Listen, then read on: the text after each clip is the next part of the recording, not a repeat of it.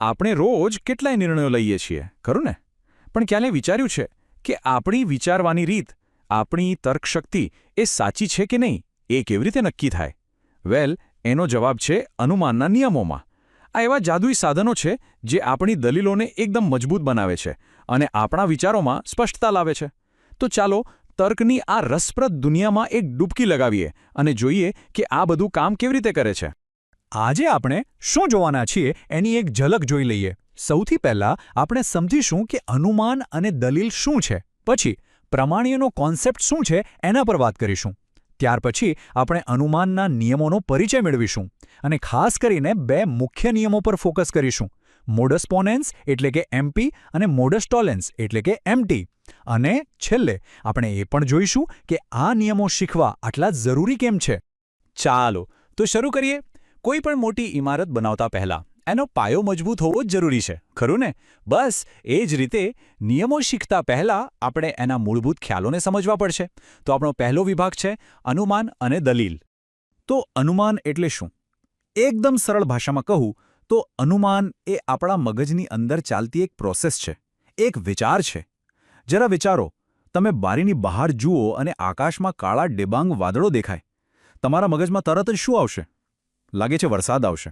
બસ આ જે મનમાં થયું ને એ જ છે અનુમાન, એક માનસિક તારણ છે. હવે દલીલ શું છે?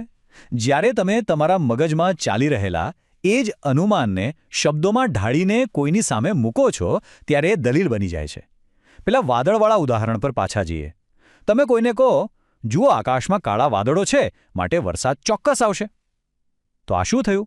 તમે તમારા આંતરિક અનુમાનને એક બાહ્ય સ્વરૂપ આપ્યું. આ છે દલીલ. તો સમજાઈ ગયું? અનુમાન અને દલીલ આમ જુઓ તો એક જ સિક્કાની બે બાજુઓ છે. અનુમાન એટલે મનની અંદરનો તર્ક અને દલીલ એટલે એ જ તર્કની બહારની રજૂઆત. અને યાદ રાખજો, જેટલો મજબૂત તમારો આંતરિક તર્ક હશે એટલી જ દમદાર તમારી બાહ્ય દલીલ બનશે. ઓકે, તો હવે આપણને અનુમાન અને દલીલ વચ્ચેનો ભેદ ખબર છે. પણ આપણો મુખ્ય ગોલ શું છે? આપણે કેવી દલીલો કરવા માંગીએ છીએ? આપણો ધ્યેય છે પ્રામાણ્ય હાંસલ કરવાનો, અંગ્રેજીમાં જેને કહેવાય વેલિડિટી. ચલો ઊંડાણમાં સમજીએ કે આ પ્રામાણ્ય આખિર છે શું. આ જે વાક્ય સ્ક્રીન પર છે ને એને મગજમાં બરાબર ફિટ કરી લેજો. પ્રમાણભૂત દલીલમાં જો આધાર વિધાનો સત્ય હોય તો તારણ ક્યારે અસત્ય હોઈ શકે નહીં. આનો અર્થ શું થયો? બહુ જ મહત્વની વાત છે, ધ્યાનથી સાંભળજો. પ્રામાણ્યનો સંબંધ દલીલના સ્ટ્રક્ચર સાથે છે, એના કન્ટેન્ટ સાથે નહીં. મતલબ કે દલીલનું ફોર્મેટ સાચું હોવું જોઈએ. એ એક મશીન જેવું છે. જો મશીન બરાબર હોય અને તમે એમાં સારો કાચો માલ નાખો તો પ્રોડક્ટ પણ સારી જ નીકળશે. બસ આ એવી જ લોખંડી ગેરંટી છે. તો સવાલ એ થાય કે આપણને કેવી રીતે ખબર પડે કે આપણી દલીલનું માળખું મજબૂત છે? આપણે એની ખાતરી કઈ રીતે કરી શકીએ? વેલ, એના માટે જ છે આપણી પાસે અનુમાનના નિયમો. આ આપણો લોજિકલ ટૂલકિટ છે. આ એવા સાધનો છે જે આપણને પરફેક્ટ પ્રમાણભૂત દલીલો બનાવવામાં મદદ કરે છે. તો અનુમાનનો નિયમ એટલે શું? એને એક ગેરંટેડ રેસિપી સમજો. જેમ કે કોઈ માસ્ટર શેફની રેસિપી હોય, જો તમે એને સ્ટેપ બાય સ્ટેપ ફોલો કરો તો વાનગી સારી બનવાની જ છે. બસ એ જ રીતે અનુમાનના નિયમો એવા સાર્વત્રિક રીતે સાબિત થયેલા ફોર્મ્યુલા છે જેનો ઉપયોગ કરવાથી તમારી દલીલ હંમેશા પ્રમાણભૂત જ બનશે. આ એવા ફોર્મેટ છે જે ક્યારેય નિષ્ફળ જતા નથી. તો ચાલો આપણા ટૂલકિટમાંથી પહેલું ઓજાર બહાર કાઢીએ. આપણો પહેલો નિયમ છે મોડસ પોનેન્સ. હવે આ નામ સાંભળીને ગભરાવાની જરૂર નથી. હા, એ લેટિન છે અને એનો આખો અર્થ છે પૂર્વાંગના સ્વીકાર પરથી ઉત્તરાંગના સ્વીકારને લગતો નિયમ. પણ ખરેખર એનો કોન્સેપ્ટ એકદમ સીધો અને સરળ. આ નિયમ શું કહે છે એ એકદમ સરળ ભાષામાં સમજીએ. ધારો કે આપણી પાસે એક જો તો વાળું વિધાન છે જેને આપણે પી ક્યુ કહીશું. ઉદાહરણ તરીકે, જો વરસાદ પડશે, આ છે આપણું પી, તો રસ્તા ભીના થશે, આ છે આપણું ક્યુ. હવે મોડસ પોનેન્સ નિયમ કહે છે કે જો તમને એ પણ ખબર હોય કે પી સાચું છે એટલે કે વરસાદ ખરેખર પડી રહ્યો છે, તો તમે 100% ખાતરીથી કહી શકો છો કે ક્યુ પણ સાચું જ હશે. એટલે કે રસ્તા ભીના થશે જ. એકદમ સીધું સાદું છે ને? અને આ રહ્યું એનું તાર્કિક રૂપ. પહેલી લાઈન પી કૌંસમાં ક્યુ, જો પી તો ક્યુ. બીજી લાઈન પી અને પી સાચું છે.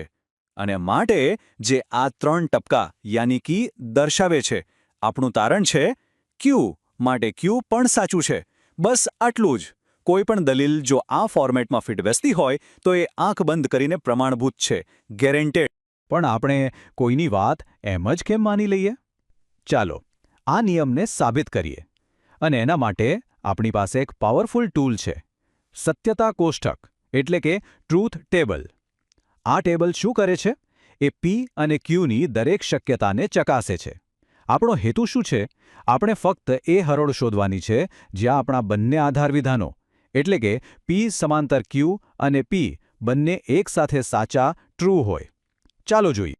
તો ચાલો આ કોષ્ટક પર નજર કરીએ. ફક્ત પહેલી હરોળ, રો નંબર 1 પર ફોકસ કરો. અહીં જુઓ, આપણું પહેલું આધાર વિધાન P2Q એ ટ્રુ છે. આપણું બીજું આધાર વિધાન P એ પણ ટ્રુ છે. અને આ સ્થિતિમાં આપણું તારણ Q શું છે? એ પણ ટ્રુ છે. હવે આખા ટેબલમાં શોધી જુઓ. શું તમને એવી કોઈ હરોળ દેખાય છે જ્યાં બંને આધાર વિધાન ટ્રુ હોય પણ તારણ ફોલ્સ હોય? નહીં દેખાય, કારણ કે એવી કોઈ શક્યતા જ નથી. અને આ જ તો પ્રામાણ્યની સાબિતી છે. આ સાબિત કરે છે કે મોડેસ પોનેન્સ એટલે કે MP એકદમ પરફેક્ટ અને પ્રમાણભૂત નિયમ છે. ચાલો હવે આપણા ટૂલ કિટમાંથી બીજું ઓજાર કાઢીએ. આ નિયમ મોડેસ પોનેન્સનો એક રીતે જોડીદાર જ છે. એનું નામ છે મોડસ ટોલેન્સ. એનું પણ આખું નામ થોડું લાંબુ છે. ઉત્તરાંગના નિષેધ પરથી પૂર્વાંગના નિષેધને લગતો નિયમ. પણ ચિંતા નહીં, આ પણ એકદમ લોજિકલ છે. ચાલો જોઈએ આ કેવી રીતે કામ કરે છે. આ નિયમ જાણે ઊંધી દિશામાં કામ કરે છે. આપણે ફરીથી આપણું પહેલું જ ઉદાહરણ લઈએ. જો વરસાદ પડશે તો રસ્તા ભીના થશે, P, Q. હવે કલ્પના કરો કે તમે બહાર જુઓ છો અને જુઓ છો કે રસ્તા તો બિલકુલ કોરા છે. એટલે કે રસ્તા ભીના છે, Q એ વાત ખોટી છે. તર્કશાસ્ત્રમાં આપણે એને કહીશું નોટ Q, નેગેટ Q. તો આના પરથી તમે શું તારણ કાઢશો? સિમ્પલ છે કે વરસાદ પડ્યો જ નથી, એટલે કે નોટ P, નેગેટ P. આ ડોમિનોઝ જેવું છે. જો છેલ્લું ડોમિનો ઊભું છે એનો મતલબ કે એને પાડનારું પહેલું ડોમિનો પણ પડ્યું નથી.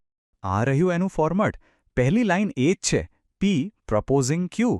પણ બીજી લાઈન જુઓ, એ છે નેગેટિવ Q, એટલે કે પરિણામનો અભાવ.